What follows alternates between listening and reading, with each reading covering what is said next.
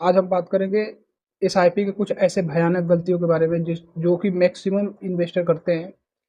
अगर इसको आप नहीं करके लाखों का प्रॉफिट आप बचा सकते हैं, आपके लाखों रुपए का नुकसान हो सकता है, लॉन्ग टर्म में लाख कई लाख भी नुकसान हो सकता है। तो जो एसआईपी है वो एक हेमोपैथी, जैसे हेमोपैथी का मेडिसिन होता है वैसे होता है। ये लॉन्ग टर्म में आपको बीमारी को जड़ से खत्म करता है। अगर आप उस टाइप के इन्वेस्टर हैं जो कि इंग्लिश मेडिसिन पे विश्वास रखते हैं, जो कि आज खाया कल को आपकी बीमारी खत्म हो जाए, तो ऐसे में फिर इस तरह के आपको फिर एसआईपी नहीं करनी चाहिए, क्योंकि ये एसआईपी एक ऐसा चीज़ है, म्यूचुअल फंड एक ऐसा चीज़ है जो कि धीरे धीरे धीरे लॉन्ग टर्म में आपको पूरे जो आपके पैसे के प्रॉब्लम है जड़ से खत्म कर देता है। जैसे हेमोपैथी का अगर आप ट्रीटमेंट करवाते हो तो धीरे धीरे सुनता है, जब लेकिन सुनता है तो फिर वो पूरी बीमारी को जड़ से खत्म कर देता है। तो चलिए वीडियो को शुरू करते हैं। वीडियो को शुरू करने से पहले आपसे रिक्वेस्ट है, चैनल पे पहली बार आए हैं तो चैनल को सब्सक्राइब और वीडियो को लाइक शेयर जरूर करते हैं ऐसी इन्फॉर्मेटिव वीडियो देखने के लिए। तो जो सबसे पहला गलती है वो इन्वेस्टर करते हैं कि गोल डिसाइड नहीं करते हैं और जल्दबाजी में गोल बिना डिसाइड करे इन्वेस्टमेंट शुरू कर देते हैं, जिससे कि उनके किसी इमोशन के साथ अटैच नहीं होता है और वो कुछ टाइम के बाद एसआईपी को ब्रेक कर देते हैं। तो गोल डिसाइड करना आपको बहुत ज़रूरी है, क्योंकि अगर गोल आप डिसाइड करते हो, नॉर्मल ह्यूमन नेचर की बात करें तो किसी की बच्चे के एजुकेशन के हो गया, उनके मैरिज के हो गया, आपके रिटायरमेंट का हो गया, घर लेने हो, तो ये सारे इमोशनली कंट्रोल हो जाता है, आपके इमोशन से जुड़ जाता है कि इस चीज़ के लिए हमें इन्वेस्ट कर रहे हैं।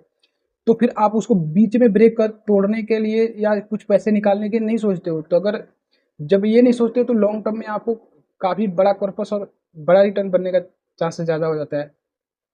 और गोल डिसाइड मैं इसलिए कह रहा हूँ कि अगर गोल डिसाइड आपको करना बहुत ज़रूरी है, क्योंकि अगर आपको पता ही नहीं है कहाँ जाना है तो फिर आप कहाँ जाओगे, भटक जाओगे। अगर आपको छत पे जाना है तो पूड़ियों से जाना पड़ेगा, तभी तो दिमाग लगाओगे कि हमें यहाँ पे जाना है, तो किस साधन से जाऊँगा, कैसे जाऊँगा। तो ये सब चीज़ें बहुत ज़रूरी होता है गोल डिसाइड करना। नदी में चल रहे हो, अगर नाव चलाने वाला नहीं है तो फिर आप कहाँ जाओगे। वो हवा का बहाव जिधर को है उधर किनारे ले जाके आपको जो खड़ा कर देगा। तो इसलिए आपको गोल डिसाइड करना है और कहाँ जाना है, डेस्टिनेशन आपको डिसाइड करना बहुत ज़रूरी है। अगला है सबसे इम्पोर्टेंट, और अगला जो है वो मार्केट में जब गिरावट हो तो आपको एसआईपी नहीं रोकनी है, किसी भी हाल में एसआईपी नहीं रोकनी है। यही टाइम है कि यहाँ पे अगर आपके पास पैसे हैं तो और पैसे डालो मार्केट में, क्योंकि जब एसआईपी आप कर रहे हो, क्योंकि ये लॉन्ग टर्म में आपको एवरेजिंग का बेनिफिट देता है, आप वन टाइम लगा के नहीं छोड़ रहे। तो ये है, अगर आप जब मार्केट गिरता है तो आपको वहां से एग्जिट नहीं करना है और बाहर नहीं जाना। अगर आप ऐसे इन्वेस्टर हैं जो मार्केट गिरता है तो आप एग्जिट हो जाते हैं, फिर आप एसआईपी मत करो, आपके लिए एसआईपी नहीं है। क्योंकि जब मार्केट गिरता है तो आपको वहां पे एसआईपी और अमाउंट लगाना है, क्योंकि जितने अगर नीचे लो लेवल पे जितने नीचे लेवल आएगा तभी तो आपको लॉन्ग टर्म में अच्छा बेनिफिट मिला, उतने यूनिट आप इकट्ठा करोगे। जितना यूनिट ज़्यादा इकट्ठा करोगे लॉन्ग टर्म में सस्ता मिलेगा, लेकिन लॉन्ग टर्म में आपको देखोगे कि मार्केट ऊपर को ही जाएगा, नीचे नहीं जाएगा। मैं ऐसा क्यों बोल रहा हूँ, क्योंकि अगर एग्जाम्पल से समझते हैं, अगर कोई आज कोई सामान आप 10 रुपये खरीद रहे हो, आने वाले का 20 साल में वो 10 रुपये का ही मिलेगा या 10 रुपये से कम हो जाएगा। पॉसिबल तो नहीं है ना, नहीं पॉसिबल, ये नहीं पॉसिबल है। ऐसे ही मार्केट का भी आज का जो निफ्टी और सेंसेक्स का जो लेवल है वो 10 साल बाद यही लेवल नहीं रहेगा। वो शॉर्ट टर्म में हो सकता है थोड़ा सा कभी बीच में गिरावट हो तो आपको लगेगा कि नीचे लेवल आ गया, लेकिन वो लॉन्ग टर्म फिर वहीं जाएगा, ऊपर ही जाएगा। और जो अगला गलती है, एसआईपी अमाउंट सही डिसाइड नहीं करना, ये एक बहुत बड़ा आपके फैक्टर है। क्योंकि अगर आप एक अपना गोल डिसाइड कर लोगे तो आप इससे एसआईपी अमाउंट भी डिसाइड कर लोगे, क्योंकि जिस हमें कितना कॉर्पस चाहिए, कितने टाइम में कितना कॉर्पस चाहिए, उसके अकॉर्डिंगली हमें इन्वेस्ट करना चाहिए, कितना इन्वेस्ट करना चाहिए। इसके लिए आप गूगल पे कैलकुलेटर, एसआईपी कैलकुलेटर की मदद से आप चेक कर सकते हो कि हमें कितना पैसा लॉन्ग टर्म में, इतने साल में, 10 साल, 20 साल, 25 साल में कितने पैसे चाहिए, उसके अकॉर्डिंगली हम कितने का इन्वेस्टमेंट करें। तो जल्दी जल्दी के चक्कर में आप यूट्यूब पे हज़ारों यूट्यूबर का वीडियो मिल जाता है, आपको देख लेते हो और वहाँ से आप जल्दी जल्दी में एसआईपी चालू कर देते हो, लेकिन आपको पता ही नहीं है कि आप गोल क्या है, गोल के अमाउंट से हमें कितना का एसआईपी इन्वेस्ट करना चाहिए। तो ये बहुत बड़ा फैक्टर रोल प्ले करता है कि आपको एसआईपी अमाउंट भी सही चुनना चाहिए, जैसे जो जिस अकॉर्डिंगली आपका गोल है। और अगला है म्यूचुअल फंड सही चुनना। म्यूचुअल फंड सही कैसे चुन सकते हो, म्यूचुअल फंड की कैटेगरी एवरेज को देखो, अगर कैटेगरी एवरेज से रिटर्न को बीट कर रहा है, बेंचमार्क को बीट कर रहा है तो अच्छा फंड है। और आप ठीक ठाक भी ले लो, अगर मान लो आपको अच्छा फंड चूज करने नहीं आता है, तो भी आप अगर ठीक-ठाक भी फंड ले लेते हो तो आपको लॉन्ग टर्म में अच्छा रिटर्न निकाल के दे देगा। किसी तरह भी आपके जो मार्केट में ऑप्शन अवेलेबल है, जो बैंक एफडी और गवर्नमेंट सरकारी चीज़ें जो अवेलेबल है, वहाँ पे जाने से तो आपको अच्छा ही रिटर्न मिल देगा बना के म्यूचुअल, ये कोई सा भी म्यूचुअल फंड हो। लेकिन अगर अच्छा फंड आपने सेलेक्ट कर लिया तो और आपके और कॉर्पस में ज़्यादा बढ़ोतरी हो सकती है।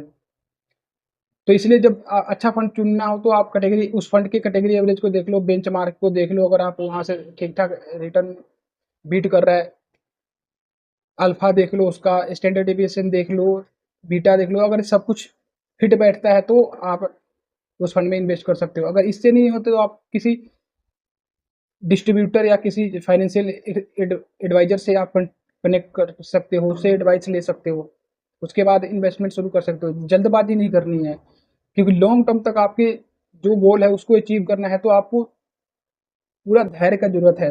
लॉन्ग टर्म तक इतना कैलकुलेट करके दिखा देना इजी है, लेकिन लॉन्ग टर्म में उतना पैसा बनाना बहुत कम है। 5 से 2-3% आज लोग ही बनाते हैं ऐसे, क्योंकि धैर्य नहीं है लोगों के पास। और अगला जो है वो एक्सपेंस रेशियो और एग्जिट लोड देखना, ये बहुत ज़रूरी है, क्योंकि अगर आप लॉन्ग टर्म तक इन्वेस्ट कर रहे हो तो एक्सपेंस रेशियो आपको थोड़ा कम होना चाहिए। लेकिन अगर ज़्यादा है फंड का और वो ज़्यादा रिटर्न निकाल के दे रहा है तो भी हमें उससे पीछे नहीं हटना चाहिए, तब एक्सपेंस रेशियो नहीं देखना चाहिए। अगर आधा परसेंट ज़्यादा एक्सपेंस रेशियो दे रहे हैं और उससे 5-7% का ज़्यादा रिटर्न मिल रहा है तो हमें एक्सपेंस रेशियो देखने की नहीं है, क्योंकि हमें रिटर्न ज़्यादा मिल रहा है। और एग्जिट लोड का तो चलो मायने ही नहीं रखता, क्योंकि एसआईपी कर रहे हैं तो हम 1 साल का तो एसआईपी कर नहीं रहे कि 1 साल से पहले रिडीम करना है, तो कोई मैटर नहीं रखता। अगर आपने देखना है तो देख सकते हो आप।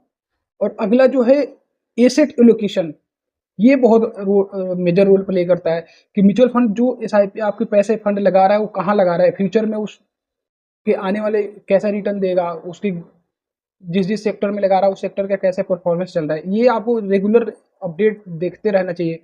और बार बार आपको फंड चेंज नहीं करना चाहिए कि ये फंड अभी अच्छा रिटर्न नहीं दे रहा तो आप स्विच कर लें, ऐसा कुछ नहीं है।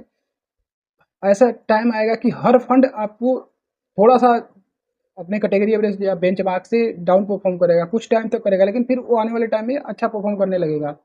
अगर आप कोई आज बुरा परफॉर्म कर रहा है दूसरे फंड में स्विच किए, हो सकता है उस टाइम पे वो बुरा करने लगे, फिर और फंस जाओगे। तो इसलिए आपको कभी भी जिस फंड में अगर एक बार चूज कर लिया अच्छा फंड है तो आपको उसी फंड के साथ बने रहना चाहिए। इससे आपको लॉन्ग टर्म में अच्छा रिटर्न बनेगा। और जो आपको अगला देखना चाहिए वो लॉन्ग टर्म कैपिटल गेन और शॉर्ट टर्म कैपिटल गेन एक टैक्सेशन लगता है जो म्यूचुअल फंड में आप पैसे विड्रॉ करते हो।